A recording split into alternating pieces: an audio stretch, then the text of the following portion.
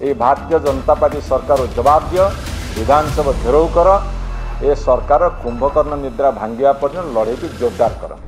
त्रिस्तरीय व्यवस्था को ध्वंस करिवार जो चक्रांत तार विरुद्ध रे बिजु जनता दल तरफरु एक आंदोलनात्मक कार्यक्रम जनसाधारण को क्षोभ को नहीं भुवनेश्वर रे असेंबली को आगे विक्षोभ प्रदर्शन करने निष्पत्ति करा जायछि आगामी 23 तारिख रे।